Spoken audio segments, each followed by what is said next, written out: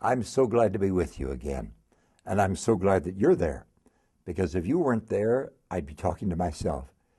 And I'm just wise enough to know that if a person spends too much time talking to oneself, well, it's a dangerous enterprise. So I'm glad I'm going to be talking with you. And I have to imagine, of course, what's in your mind. Can't always manage that at all, but I'll do my best. I just am thinking today, however, of something that I suspect is inevitably on a good many of our minds these days because the media compels us to have it on our minds, as indeed we should. I'm speaking of the fact that in the United States of America, we are in the midst of a political season. And we've been in a political season now for months, and we still have months to go. I don't know of a time in my lifetime, and I've been through several political seasons. In fact, I'll tell you, the first political speech I ever heard was when Herbert Hoover was running against Franklin Delano Roosevelt. So I've been through some political seasons, but I've never known one where the political season lasted so long. For the fact of the matter is, we still have the major part of the season ahead of us, after the two major parties have announced formally their candidates. But already we've had all this buildup of competition within the political parties, and it's still going on. I have something to say about it, not a recommendation of a person for whom you should vote. That's not my business, and I'm so glad that it's not. But I do want, first of all, to tell you that if anybody ought to approach the polling booth thoughtfully and, yes, prayerfully, it would be the people who have faith in God and who believe that God matters. That is, if you have a biblical faith, you believe that God is involved in human history, that God has a stake in human history.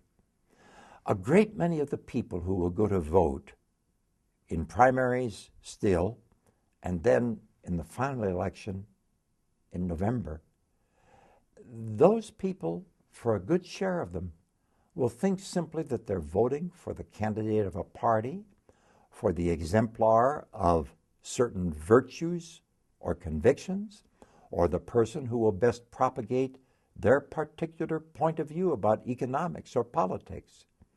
A Christian needs to know more than that. A Christian needs to know that whatever happens in our nation, it eventually has something to do with human souls. And we therefore approach the political enterprise with a great seriousness because we believe that God cares about what happens. Now, that's a dangerous thing to say in a sense, because then some people can become fanatical and indeed think that God has endorsed their political candidate or their particular party. And I wouldn't want you to do that at all.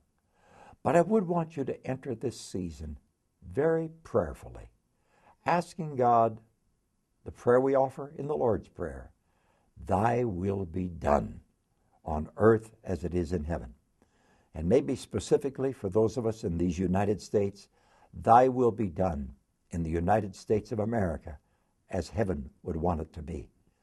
So we enter this season, we ought to engage ourselves in this season with a great sense of God's concern about us, because we're eternal creatures. We are not just political animals. We're not simply critters on their way to becoming fertilizer. We are not simply folks that are born and live and finally get a pension and die. We are sons and daughters of God's creating, and if we accept God's way of life, we are sons and daughters of God in our living and for eternity's glory. Therefore, what we do with our lives matters to God, we human beings. And part of that is so much influenced by the political structures under which we live. Pray, therefore, for our country these United States of America. And even if you're not an American, pray for this country because of its importance in the world, for good or ill.